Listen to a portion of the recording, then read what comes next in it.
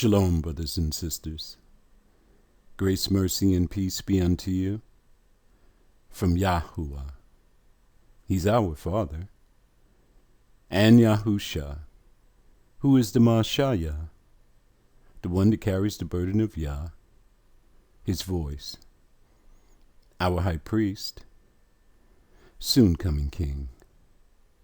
Hear, O Yesharah, Yahuwah, who is our mighty one, he is one. There is no other mighty one but Yahuwah, and Yahusha is his voice. This is Brother David coming to you again to ask the question, how do I keep Yah's Shabbats? This is part 2. In order for you to keep his Shabbats, you have to know how to find him. You thought it was going to be as easy as looking on Pope Gregory's calendar, didn't you?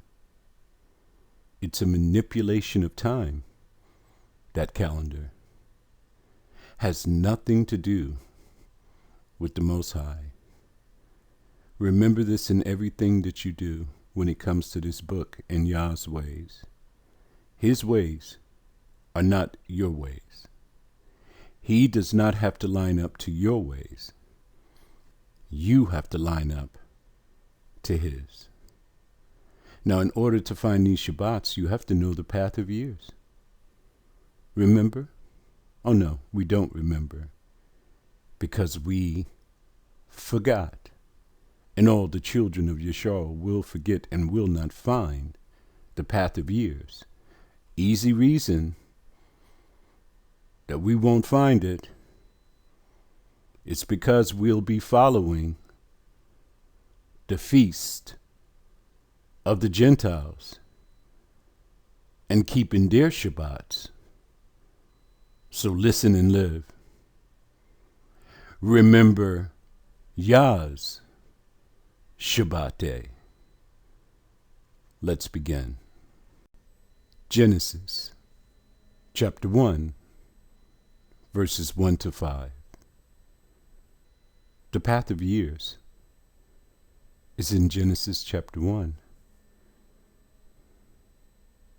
Verse 1. In the beginning, God created the heaven and the earth. Isn't it something that we found that God, capital G-O-D, should not be in this book whatsoever in all the places where they put him? G-O-D is short for God, Ra-El. He's the one who deceived Eve. He's the one who showed men the blows of death. He is the one that we call Satan, the devil. The Europeans put their mighty one in our Bible, and it should not be here. In Strong's Concordance, the number is H430. H430 represents Elohim. That's what the transliteration of the Europeans would be. But it's a faulty transliteration. Really, it's Allah Yam. Who is that? It's the angels, the watchers, the messengers. But look, they put the name of their chief angel in our Bible. And this is who we pray to since we've been here in our captivity. And people are praying to God all over the world. See if you can find God in your Bible in the original text. It's 2 letters, Gam and Dalet. You'll never find it. Only thing you're going to find is H430, which is Elohim, which is the Alayam, which is plural. Angels, watchers, messengers, Here comes the creation of their doctrine of the Trinity. Now listen, the angels, they're the ones who created the heaven and the earth. Yahuwah is seated upon the throne. He gave the command. And his angels, they carried it out. Who gets the credit? Yahuwah. Verse 2. And the earth was without form and void, and darkness was upon the face of the deep, and the spirit of the Alayam moved upon the face of the waters. What does it mean without form and void? You couldn't see the valleys, the mountains, the fields, the plains. They were all covered with water. And the lights were turned off. Verse 3. And the Alayam said, the angels, look what they said, let there be light. And the lights came on. Listen to me. The lights cannot come on unless they were created already. This is a very important point. The lights cannot come on unless they were created already. When were they created? Go back to verse 1. In the beginning, the Alayam created the heavens, and that's everything in the heavens, the sun, the moon, and the stars, and the earth. So everything was already created. And here in verse 3, the Alayam said, turn on the lights. And the light came on. Verse 4. And the Alayam saw the light. They examined the light. Look what they said. Everything looks good to me. And the Alayam divided the light from the darkness. How do you do that? There's two sides to the earth. Each side, the light shines 12 hours. So the Alayam had to examine the light. When they turned on the sun on the first side of the earth and the lights came on, it traversed 12 hours through the sky. It dipped below the horizon in the west. Hey, look what showed up. Hidash. The moon became visible. First light on the moon, 1/2 of a 7th part. It equals 1/14th part of light. It only becomes visible for a short period of time because it's following the sun. Now the sun is on the other side of the earth. It traverses 12 hours on the other side, and it dips below the horizon in the western sky. Look what happens on the other side of the earth. Hidash. The moon shows up again. Now you've had Hidash on both sides of the earth. Now the sun is back on the first side of the earth in which it first shined. It traverses across the sky for 12 hours. It dips below the horizon in the west, and look what's following him again. The moon. This time, it is not Hadash. It has become the second day. Verse 5. And the Alayam called the light day. They're naming it now. And the darkness, he, not he. Because Alayam, Elohim, I am, or yam is plural. They call night. And look, the evening and the morning were the first working day. What did I just describe to you? I described to you the workings of the heavens. It's right here in Genesis, if you know how to calculate it. Listen to me, brothers and sisters. The day when Aliyam saw the light, examined it, and named it, that is your new moon's day. When the sun came around the earth for a full day and then traversed an extra 12 hours to the evening, and the moon showed up again on the second day, that led you into your 6 working days. So in verse 5 begins the 6 working days.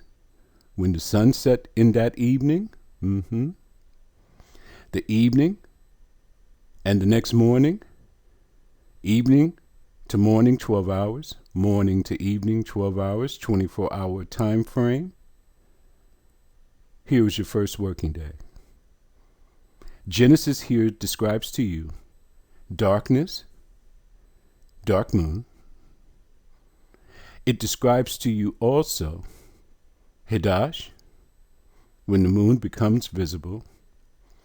It also describes to you the beginning of the 6 working days, which starts in the evening, that's dictated by the moon.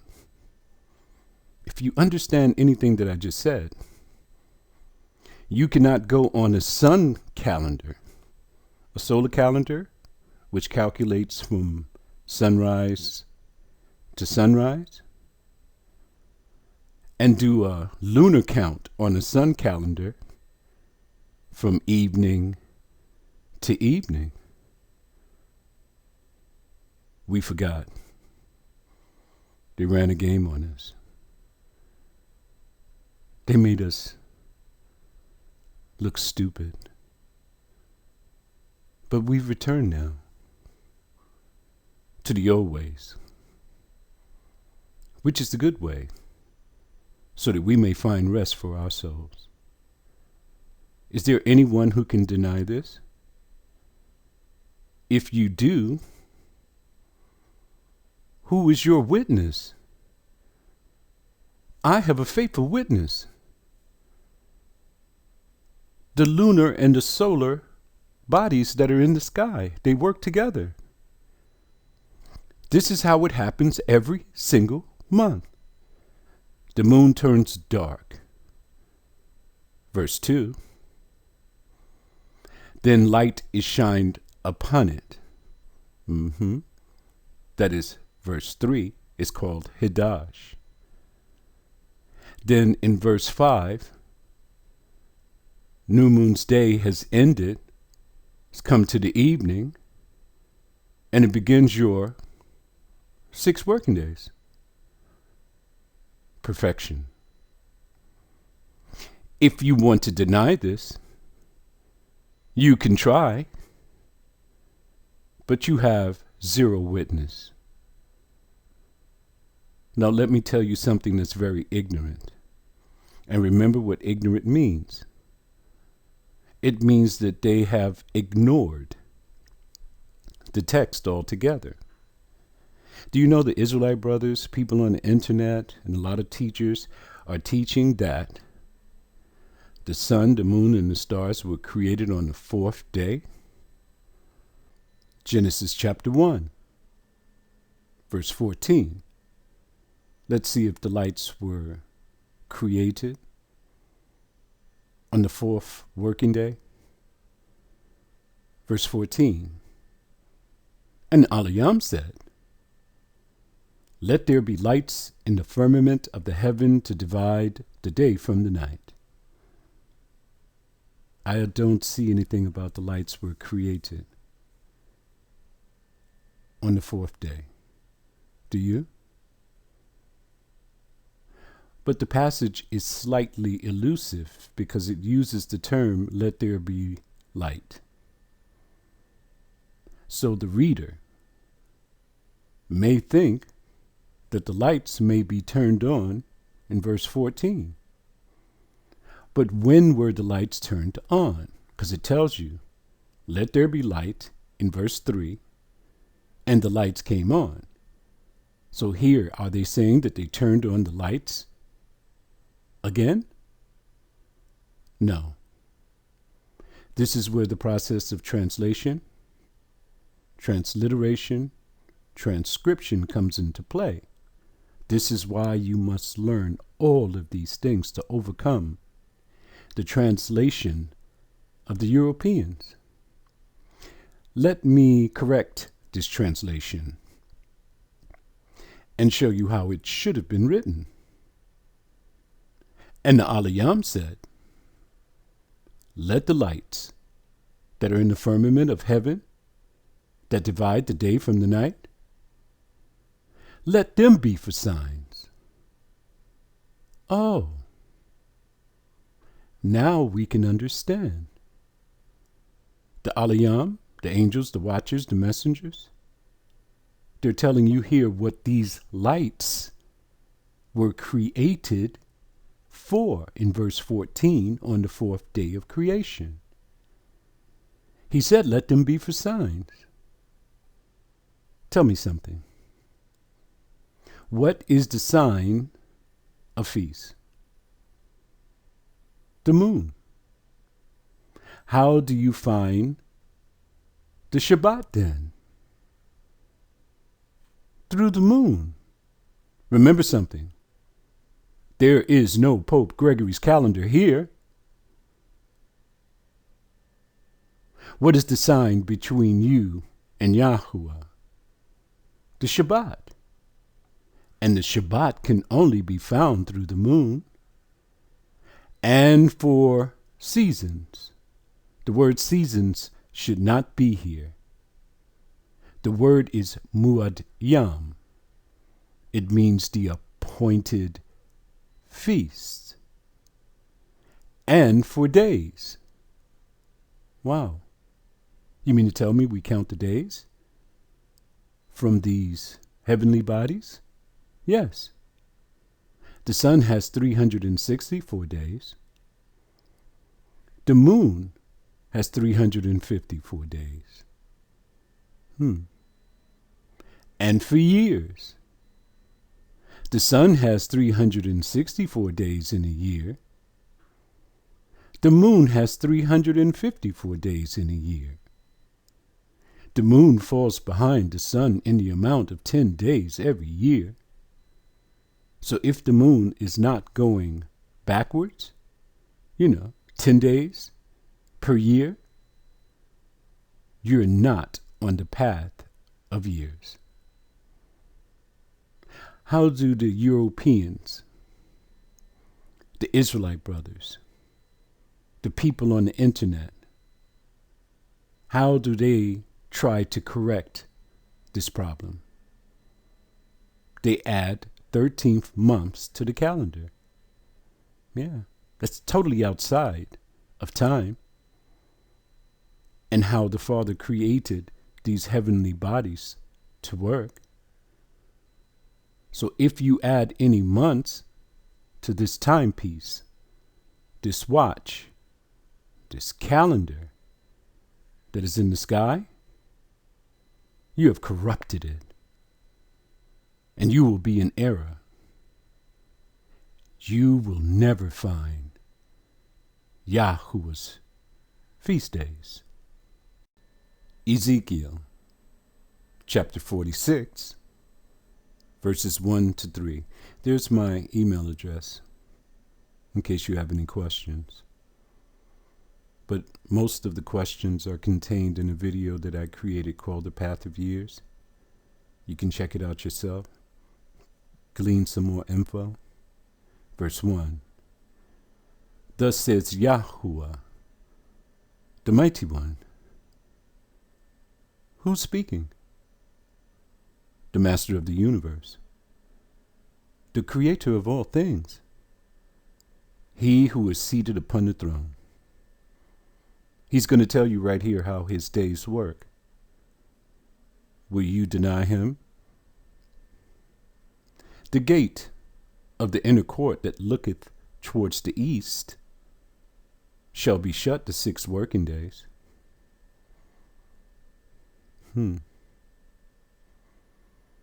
But on the Shabbat, it shall be open. And in the day of the new moon, it shall be open. Do you see any Pope Gregory's calendar here? Show me Pope Gregory's calendar here. Pope Gregory's calendar cycles from month to month, week to week, year to year. There's no restart. It excludes the moon. It's a solar calendar. This is a lunar calendar. You spot Hadash, the gates of the temple that looketh towards the east, they shall be open on New Moon's Day, so that the people can come and pray. Then they're shut afterwards in the evening, when the sun dips below the horizon and that day is over, and it begins your 6 working days, just like in Genesis. And then on the 7th day of the 6 working days, you come to your first Shabbat of the month. Who worked this out? Yahuwah. Did men have anything to do with this? No, they didn't. So if you're on Pope Gregory's calendar looking for YAH'S days, you're never going to find it. We have to learn how to follow instructions. Verse 2. And the prince shall enter by the way of the porch of that gate, without, and shall stand by the post of the gate, and the priest shall prepare his burnt offering, his peace offerings, and he shall worship at the threshold of the gate. Then he shall go forth, but the gate shall not be shut until the evening. There's your evening to evening count again. Verse 3. In the same way, that means likewise, the people of the land shall worship at the door of this gate before Yahuwah in the Shabbats and in the new moons. It was in this book all the time. Christianity clouded our thought process and had us looking at a continuous cycle of weeks that had no restart, which is not biblical at all. You cannot find that type of thinking in this book. Now remember, Genesis chapter 1 verse 14 just told you what these heavenly bodies were created for signs. Can you find that on Pope Gregory's calendar? For Muad Yam, that's the feast days. Can you find that on Pope Gregory's calendar? They're only found by the moon. The moon is the sign of feast. And for days. So it's telling you that you count your days through the moon. Remember, we've been set apart from everyone else. Never mind what the world is doing, what the Gentiles are doing. This was created for us so that we can be lined up with Yahuwah, be lined up with the heavens. If you're lined up with the heavens, you're lined up with the priest that is in heavens who is making sacrifices for you on the new moons and the Shabbats.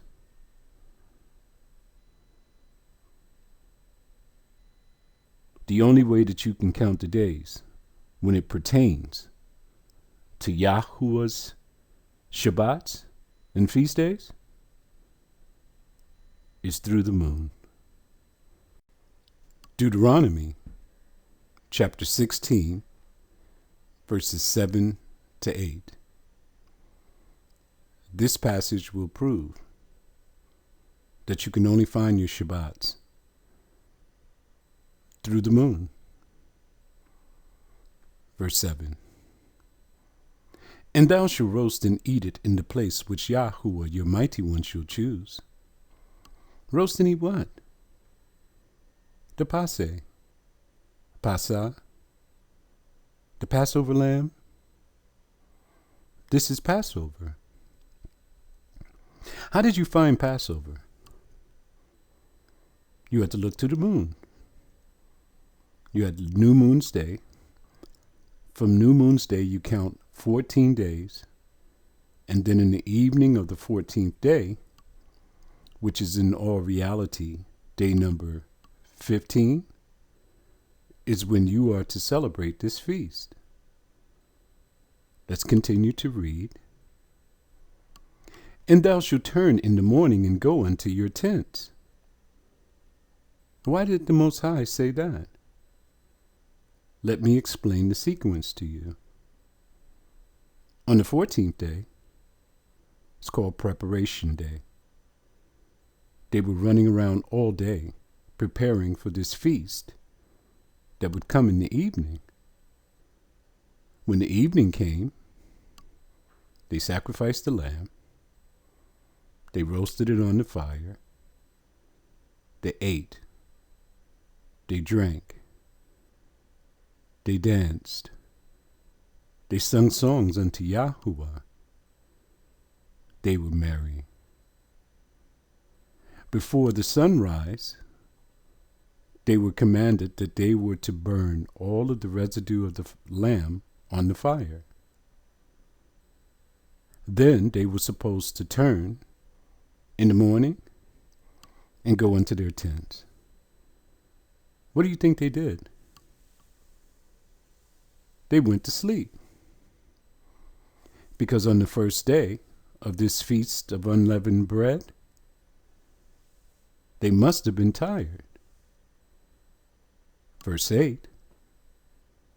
6 days thou shalt eat unleavened bread. Brother David, something's wrong with this passage. It's supposed to be 7 days you are to eat unleavened bread. You are correct. It is 7 days. But what you're missing is the first day of the Feast of Unleavened Bread is where?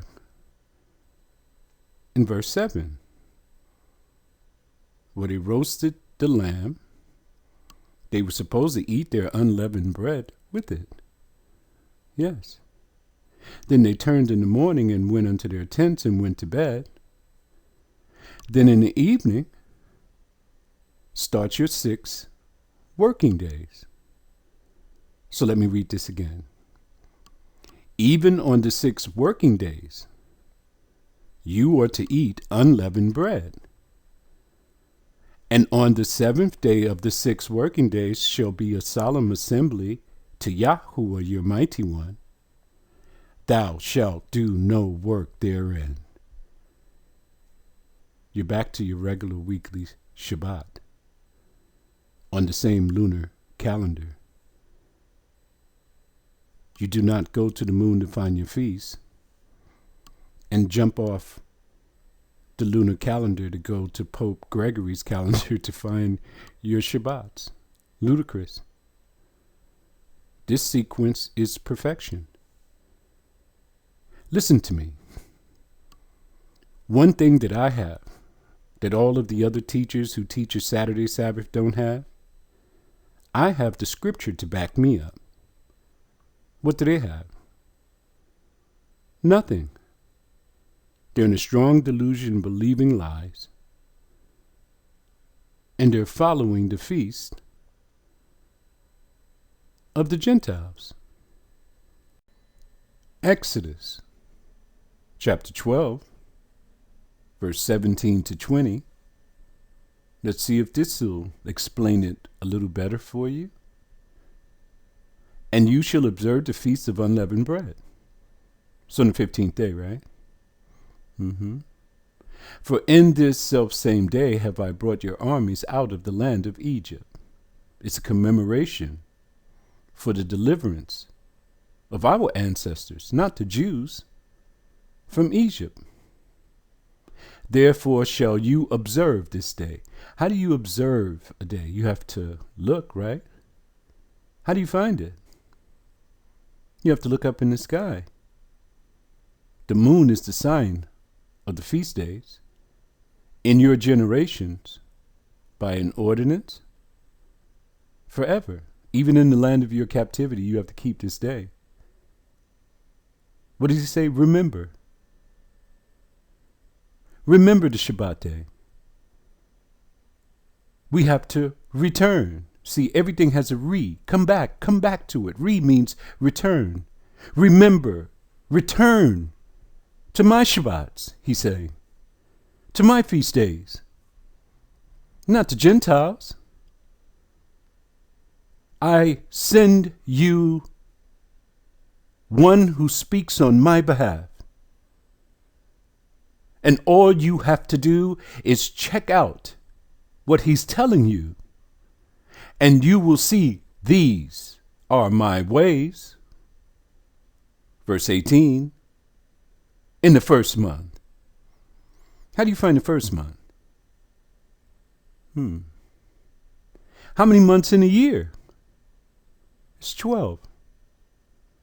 So if you count 12 months, you come right back to where? The first month. That's how it works every year.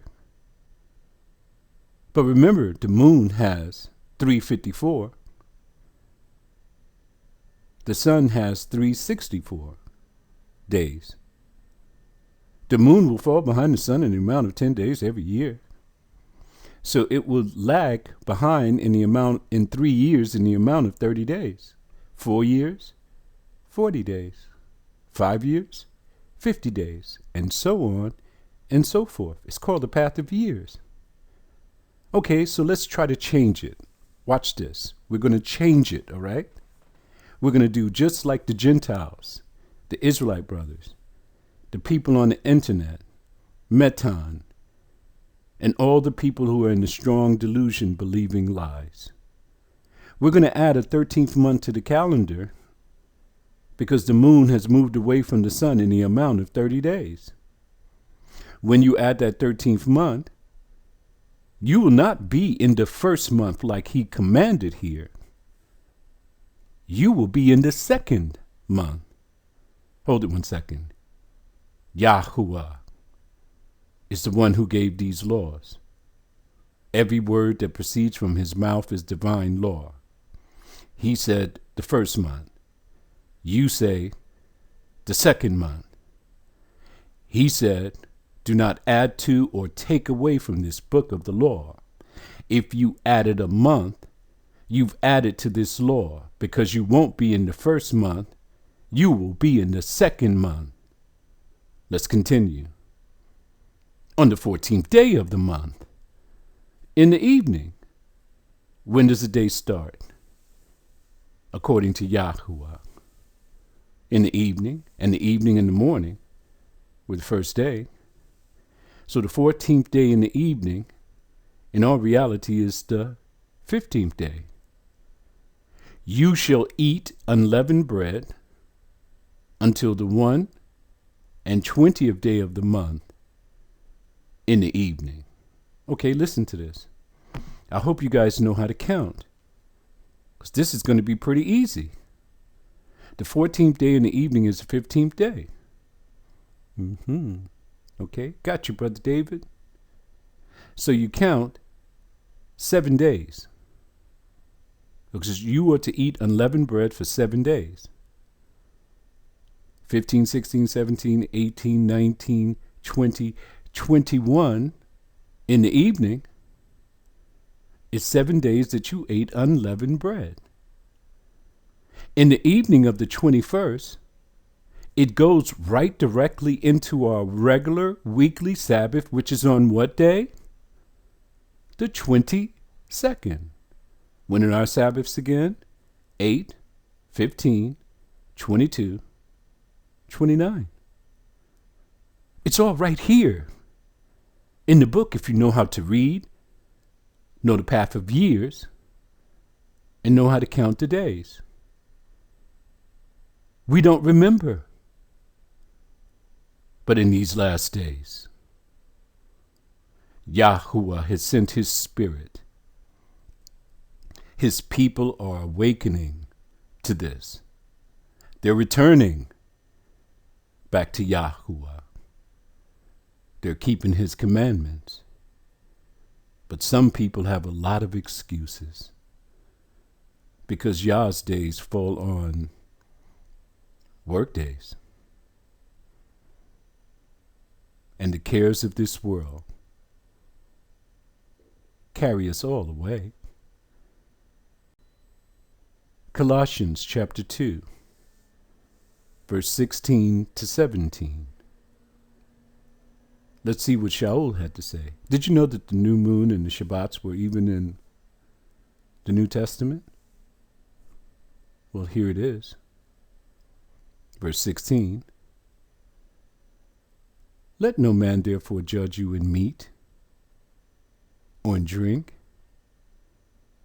or in respect of an holy day. Who is Shaul speaking to? He's speaking to the children of Yisrael in Colossae. He's not speaking to Christians like they try to tell you. He's speaking to the children of Yisrael in Colossae. He's telling you, don't let them disrespect you because you keep the feasts of Yahuwah, or that you find them by the new moon, or you come to the Shabbat days. Don't let them judge you for that. Who is he speaking to again?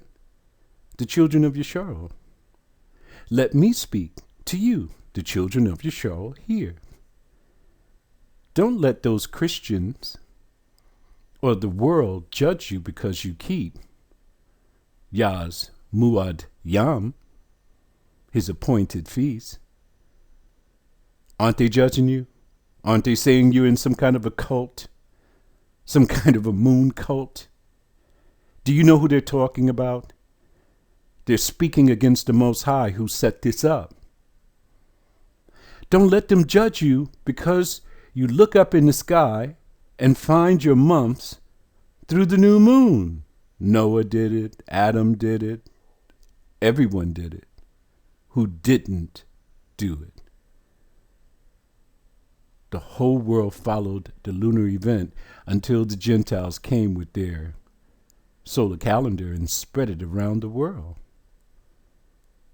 Verse 17, which are a shadow of things to come, but the body is of the Mashayah. Okay.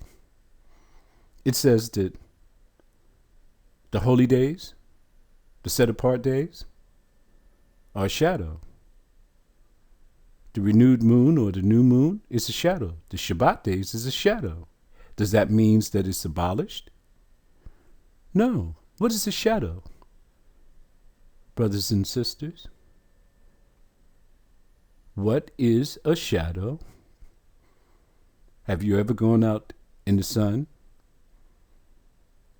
and you have your body facing the sun and you look behind you and you see a shape of your body? Hey, it's a representation of you. So let's translate this correctly. Which are a representation of things to come. That means that this is not abolished. It shows you that these things are going to come. When the kingdom is established again, Yah's ways shall be on top. Look at Hebrews chapter 8, verse 5. His witness, who serve unto the example and shadow of heavenly things. Who is he talking about? He's talking about the priesthood. Shadow, a representation of heavenly things. As Moshe was admonished of the Alayam, when he was about to make the tabernacle, they were the ones who were speaking to him.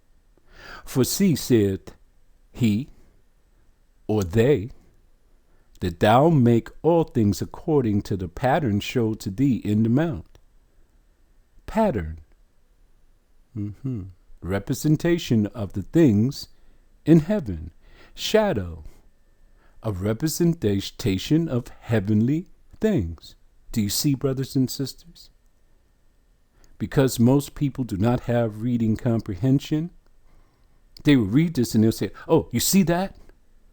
The holy days, the new moons, the Shabbats have been abolished. That's ignorant, isn't it, to say that? Because the Europeans are showing you their holy days. Easter. Yeah. The Jews start from the dark moon. The Jews keep the Shabbat days. The Christian keep the Shabbat days. The Shabbat days that's on Pope Gregory's calendar, Saturday and Sunday. But when it comes to Yahuwah's days, listen to what people say. They are abolished. Isaiah chapter 66, verses 23 to 24. Let's see what the Most High has to say. That's all that matters, not what men have to say. Verse 23, and it shall come to pass that from one new moon to another. What does that mean?